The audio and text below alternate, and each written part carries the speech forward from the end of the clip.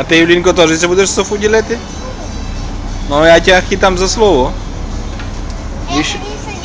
Ty, no, ale teď se už stalo, že se s ní nepodílela mlíčkem. Je to tak, nebo ne? Tak co mají máš říct? Promiň, že jsem ti nenechala mlíčko. A tvoju zmrzlinku pápám, že jo? Takže Julinko, musíš být fakt spravedlivá. Budeš? Slibuješ? Takhle. Daj takhle.